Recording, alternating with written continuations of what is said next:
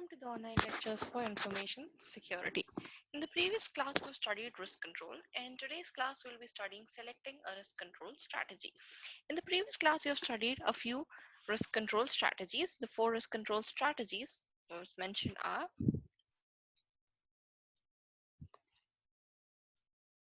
avoidance, transference, mitigation,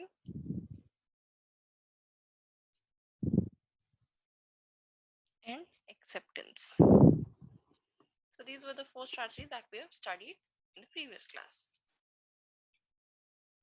Now, how we are going to identify which risk control strategy is going to best suit our business needs. For that, we are going to study a flow chart that will tell us what are the different risk control strategies and how you're going to select them. Before that, we'll take a look on now how we're going to select a risk control strategies. There are two things that are going to help you decide which control strategy needs to be implemented. Now, what are the two things? It is the level of threat and the value of the asset. These two things play a major role in selecting the strategy. If suppose the threat is more upon a particular asset or the value of the asset is much more, that is going to let you identify whether you're going to avoid the risk, you're going to transfer the risk, mitigate, or accept the risk. If the value of the asset is less, then you can accept the risk. And when the value of the asset is less, and also the amount of, we can say that when the amount of acceptability level of the organization is more, then you're going to accept the risk. Or you can also say that if the attacker's gain is more than the cost, then you can accept the risk. Then there are a few rule of thumb that can be applied. The rule of thumb is the first one: when a vulnerability exists. Now, what is when a vulnerability exists? This means that you're going to identify how you're going to reduce the likelihood of a vulnerability.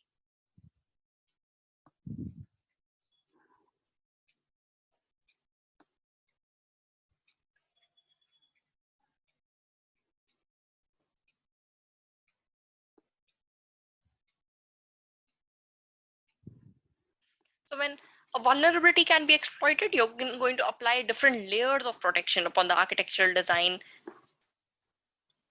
When a vulnerability can be exploited, what you're going to do? You can apply here the different layers of protection, like upon the design or the different controls that can be applied.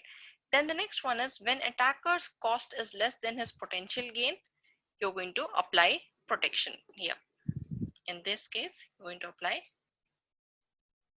protection to increase the attacker's cost. Then when a potential loss is substantial.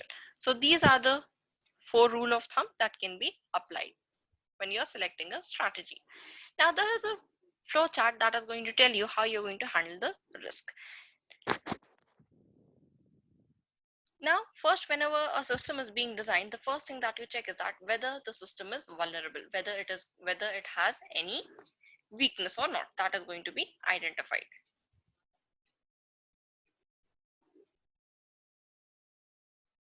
Whether there is any weakness, that will be identified as the system vulnerable. If the system is vulnerable, you're going to identify if the system can be exploited, whether that weakness can be exploited or not, whether people can take advantage of that weakness or not. That is going to be identified. If the answer is yes, if the answer is no, then it means that no risk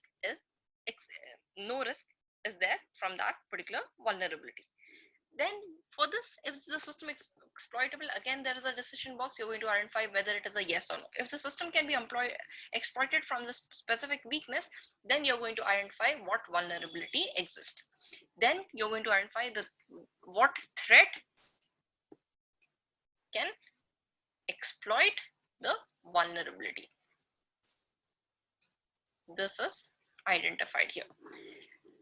So this is the first case.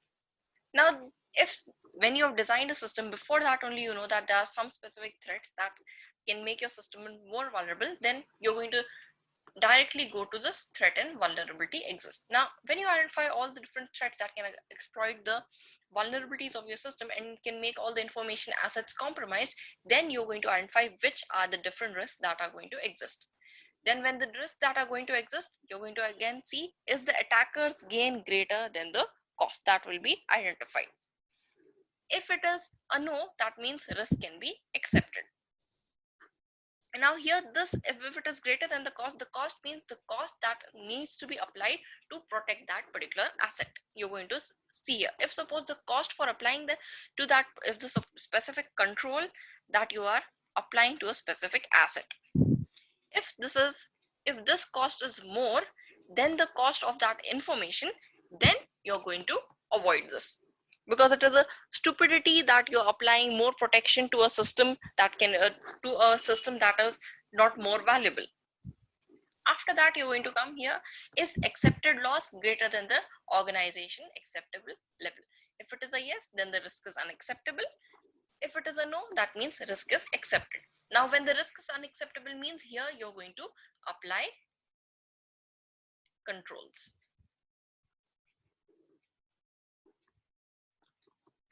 The next one is the feasibility study. Now the feasibility study is going to tell you, before you decide which particular strategy you're going to select for a specific vulnerability, you're going to identify what are the different economic and non-economic consequences. There are two types of consequences whenever you're studying, that is economic and non-economic. Here you're going to identify what are the actual and what are the perceived advantages and disadvantages.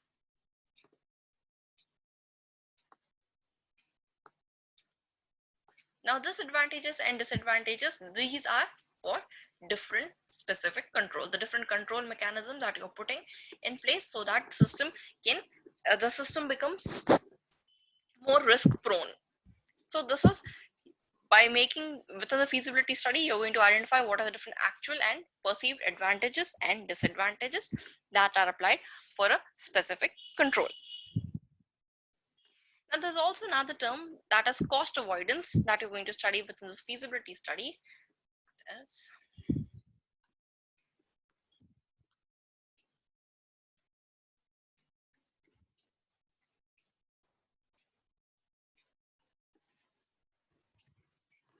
now, what is cost avoidance? Cost avoidance, it is a process of avoiding the financial impact of an incident by implementing a control. That is called as cost avoidance. Here, you are trying to avoid the financial impact, that is the loss that the company is going to incur. You're going to try and avoid that financial impact of a specific incident by implementing controls.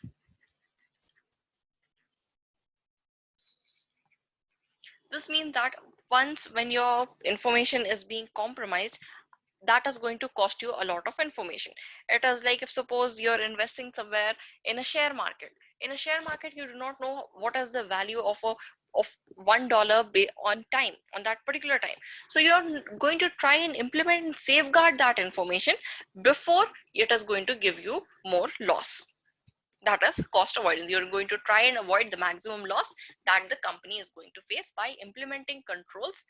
These controls are put in place so that this risk can be eliminated. So this is your cost avoidance.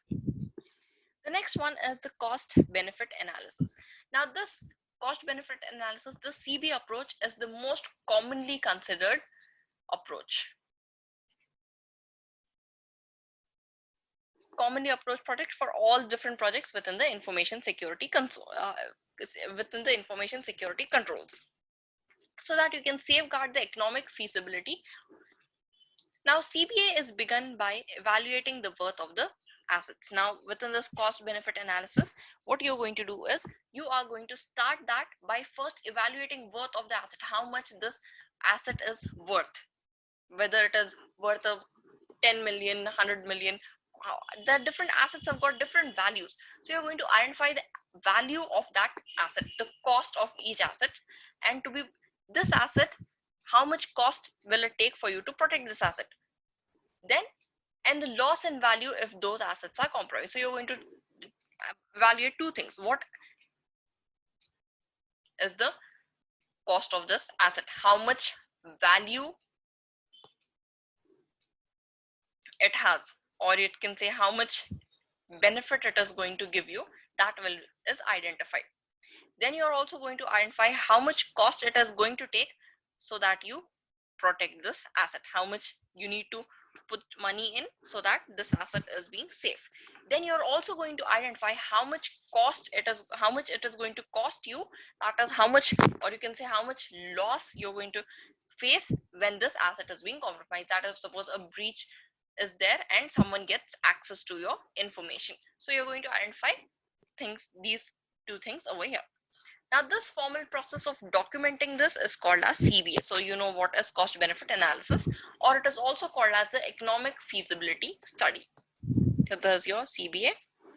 Now, within the CBA, there are a few things, items that impact cost of a control or safeguard include. Now, that is, we are every time we are telling that we need to identify what is the cost, what is the value of the asset, how much does it need to protect it, or how much it needs to maintain. So what are the different costs that are going to be included? That is the cost of development. How much does it take for you to develop that particular project? The training fees. Now, whenever you're implementing a particular technology or a policy, a new technology or a new policy, many people, like, you do not have employees that are already trained on it. So you need to train those employees. So that is also going to cost you. So that you're going to also add the training fees. Then implementation cost. Now this implementation will not be on one computer, right? It is going to be on all the computers within the entire organization. Then what are the different service costs? How much it is going to cost you monthly? How much fees you need to pay for that? Then cost of maintenance. When you've put all the implementation in place, you also need to safeguard it, you need to maintain it, you need to have different services, you need to have different updates in there where you need to check whether it is working properly or not. These all things need to be identified. So these are the different costs that are included. Then the next term is benefit. What is benefit? Benefit is the value in an organization realizes by using controls to prevent losses associated with vulnerability. Now, this is an asset. There's a worthy asset that is going to cost you several dollars. So this is your safeguard. You've put it in a box, you've protected it. So what you're doing is that you're safeguarding your asset and you're preventing a loss. That is, if suppose someone accidentally accesses the data, or someone has copied or sold this data, if it is not protected, you are safeguarding this. That is your benefit. How much money you are saving by safeguarding your asset, how much money you're making while your asset is safe. That is your benefit. Then you've got asset valuation. Now, this asset valuation is the process of assigning financial value or worth to each information asset. As I told, an asset can, how much is the value of each asset is going to, it can cost you in hundreds, thousands, lakhs, or millions. How much is the value of that asset? That is going to be identified. That is called as asset valuation. Now, asset valuation, every time you do not know how much is going to be the exact value, you can never know the exact value of a particular asset. So it is virtually impossible to determine the true value of an information asset. Now, a few values that can be identified is, if suppose you need to change some specific component, a network switch, the cost of that component, that network switch, it can easily be determined. Whereas if suppose you need to identify the value of a specific dollar that is being invested in the share market, that is going to be difficult for you to identify. So all of this data, it is based upon just some facts that is going to help you to identify the value of the information. And the next one is that there's another term that is called as the single loss expectancy, SLE. Now, the single loss expectancy, what is SLE? It is a calculation of value associated with loss from an attack. Now, if suppose there was a successful attack, there's a successful attack on a specific asset. So how much loss the company has incurred from this particular attack, that is called your SLE, calculation of the value associated with loss from an attack. So that term is SLE. Another term is exposure factor. That is, what is the expected percentage of loss. So these are two terms. Now by making use of SLE, you can calculate the, by making use of EF, you can calculate the SLE. SLE is the asset value, how much is the value of that particular asset. You are going to multiply it with the percentage of loss. Now we'll take an example. Example, if suppose there is a website, estimate the value of that website up to 1 mil. Now if suppose there's a deliberate act of sabotage or vandalism, there's a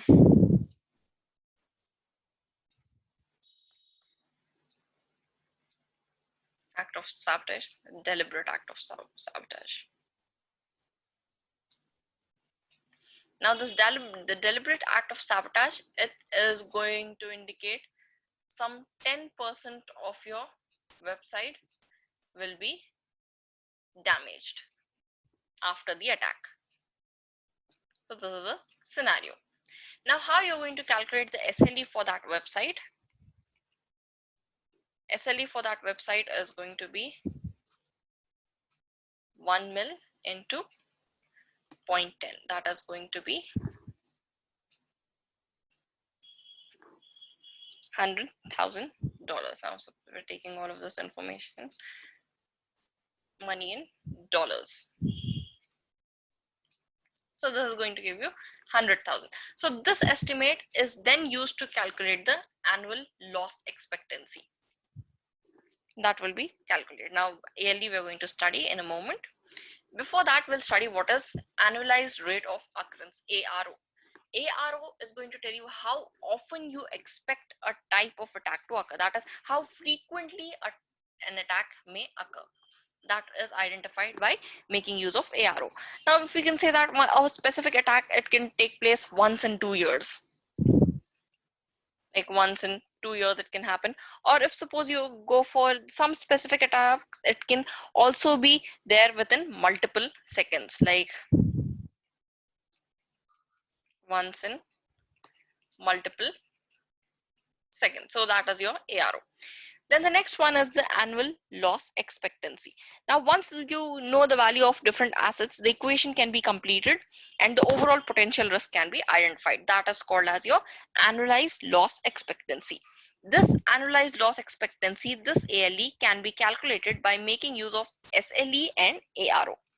Now, if SLE, now here we have calculated the SLE as $100,000. So here SLE will be $100,000 into, now if suppose we take that, if we take this particular scenario that an attack can take place once in 2 years. So here the ARO is going to be 50%, that will be 0.50.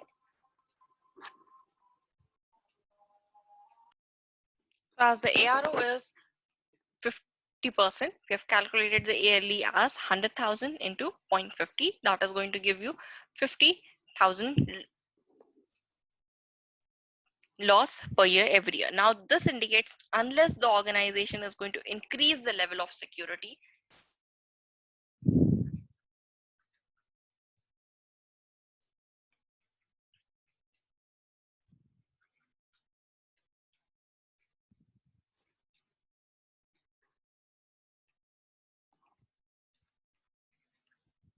on its website, then it can expect losses up to 50,000 per year every year. So this is how you can calculate the annualized loss expectancy by making use of SLE and ARO. The next one is the cost benefit analysis formula. Now within this cost benefit analysis formula, the formula is the cost benefit analysis for ALE prior minus the ALE post minus your ACS. ACS is your annualized cost of safeguard, is called as ACS. Now this ALE, your annualized loss expectancy, this can be calculated before and also after an attack. So this can be identified by putting in the values of ALE prior and ALE post. Now once all the controls are implemented, it is crucial to continue to examine their benefit so that you can determine when they must be when they must be updated, when they need to be replaced, or that this can be identified. Now here the main thing that needs to be remembered is security is an investment. It is not an expense, because here it is, if you put security on specific assets, it is going to give you benefit. When you invest in the computer and networks, they are going to meet the changing business requirements and the risks that are possibly they are going to occur. It makes it possible to satisfy the different changing business requirements without hurting the business when you put security in place. Then the next is evaluation, assessment, and maintenance of risk control. Now, this is again a flow chart that is going to help you decide which control strategy need to be identified. The selection and implementation of a control strategy is at the end of the process. So here you're going to start with identifying the information, identify an information asset. You know what data you need to protect. You've identified that. Then prepare ranked vulnerability risk worksheet. That is how much risk are associated with that particular asset. What vulnerabilities are associated with that information that is going to be identified. Then you develop a control strategy and plan. That is, what are the different controls that you can put in place so that you can safeguard the particular asset. Then you're going to implement that particular control. Then access control is given, who can access that specific data, who cannot access. After putting all the access controls, then you're going to check whether adequate controls are given or not. If they are not given, then again you're going to identify what all controls need to be added, those controls will be implemented, and who needs to be given access to, that is identified. If adequate controls are given after repeating this process, then you're going to plan for maintenance, because once you've put in security, it is important or crucial for you to identify and see how whether this need to be upgraded or whether these need to be replaced, and how you're going to maintain them. So you're going to plan for maintenance. After the maintenance is being planned, you go for measure the risk to information asset. After putting in all the controls, whether still risk is there or not. If risk is there, then you're going to identify whether the risk is acceptable or not. If the risk is acceptable, it means that you're just going to identify if risk is there for all the assets, then this is the end of the cycle. If there is again the risk is not acceptable by the organization, it is going to put them in huge losses, then you're going to put in controls so that these losses can be avoided. So this is the risk control cycle. This is the end of today's class. Thank you. We've completed this topic for selecting a specific risk control strategy.